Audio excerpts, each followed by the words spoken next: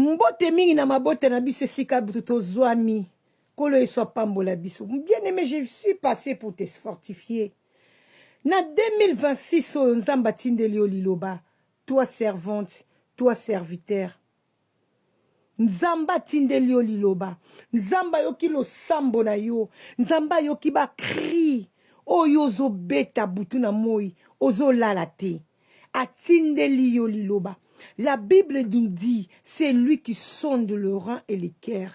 Yé mutayo kaka prière ya coucou, c'est pour cela. Il a dit dans sa parole, soko lingo bon de la côté na chambre no kanga porte. Nzambe a secret, akoyo kapako ya nula yo na coucou. Yo ke lo konzamba elio, nzamba lobi. Voici mon serviteur que je soutiendrai, mon Élie, à qui mon âme prend de plaisir. J'ai mis mon esprit sur lui. Il nocera la justice aux nations.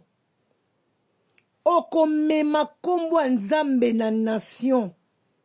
Okotato la bonzambe a bonzambe na ba nation. Donc veut dire nzamba bombeli o ba drapeau ya ba drapeau ya ba drapeau. Okokatisa bamboka ya bamboka ya bamboka. Batu bako telema bakolo ba réellement tu as touché les gris-gris. Les gens vont dire réellement ce n'est pas elle. Il y a quelque chose, oui, ce n'est pas moi. C'est Jésus-Christ qui vit à moi. Aeko kitiso motema. Aeko pesa kimia na pensée na yo. Yo mutoko landangai. Bien aimé, cette parole, c'est pour toi. Nzamba bengi yo Eli. Alobi yondo zo sala plaisir na ye. Oko mema mkombo na ye mikili na mikili. Ozo sala plaisir a Nzambe. Monguna koiko linga yo te bien aimé dans le Seigneur. Ozo sala plaisir a Nzambe. Bando kia famille bako sepela na yo te. Ozo sala plaisir a Nzambe. Misala nyonso tu eza au contraire ya molimo mo santo. Eko sepela na yo te. Ba serviteur ya monde à ténèbres. Bako sepela na yo te parce que tu fais la volonté de Dieu. Na retour na ngo tango yo sala volonté Nzambe. Donc ozo sala plaisir na Nzambe. Bible lobi oya kolinga mokili na biloko nango akomi enemi ya Nzambe. Mais mutu azo sala plaisir à Nzambe akomi nani. Ne te recule pas. Avance-toi. Je pars à un cœur. Un cœur qui l'aime Jésus.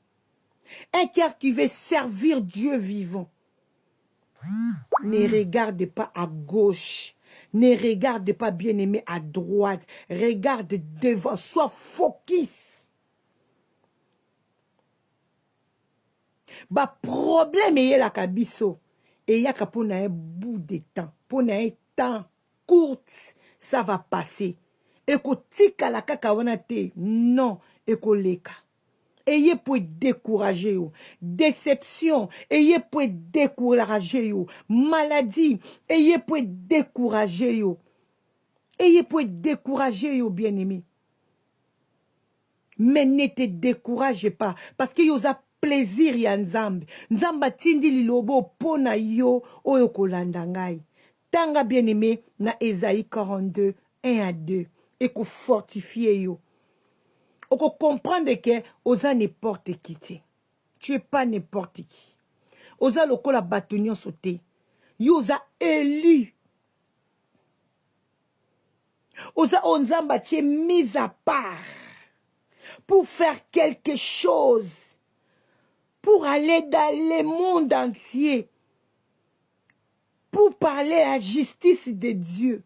Pour faire de tout le monde de ses disciples. Ouais. C'est pour cela. Ba kombe koya. Okozala combati, bien-aimé. Mais tu seras jamais abattu. Parce que l'Éternel est avec toi. liboko ya nzambe eza likolo na yo, lisu ya nzambe eza likolo na yo, poza plaisir na ye. Que les démons descendent, que les démons montent, tu vas faire la volonté de Dieu. Oh nyonso nzambe na biso alobaka, ma soeur, mon frère, ekokisamaka, même à tes 18 ans, reste là comme Habakkuk. L'Éternel fera de toi un héros. L'Éternel va faire de toi un héros.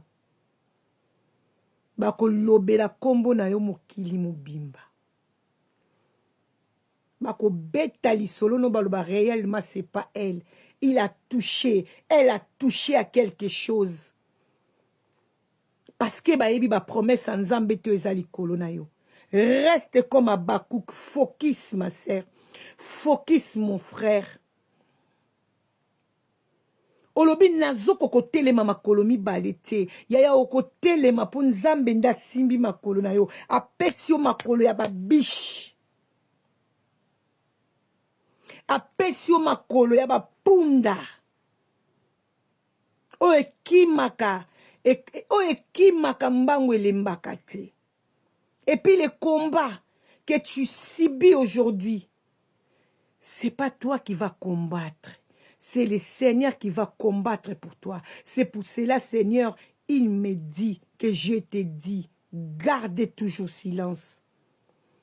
Gardez toujours silence, mon frère, ma sœur.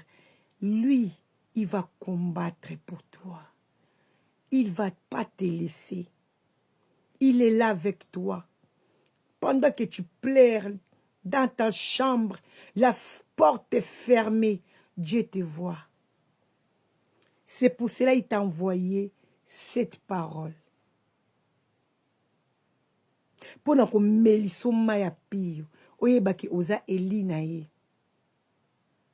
Po oyebaki oza ozo sala plaisir à motema. Ba onyoso basala ka plaisir à motema nzambe. Nzamba tika abangoti. Que le Seigneur nous bénisse. Avançons. Avançons, yaya ne recule pas. Que Dieu vous bénisse. Isaki abino molobeli na kolo. Évangéliste Tolonacé, la femme du roi. Que Dieu vous bénisse. Je vous aime par l'amour de Dieu. Bisous là-bas.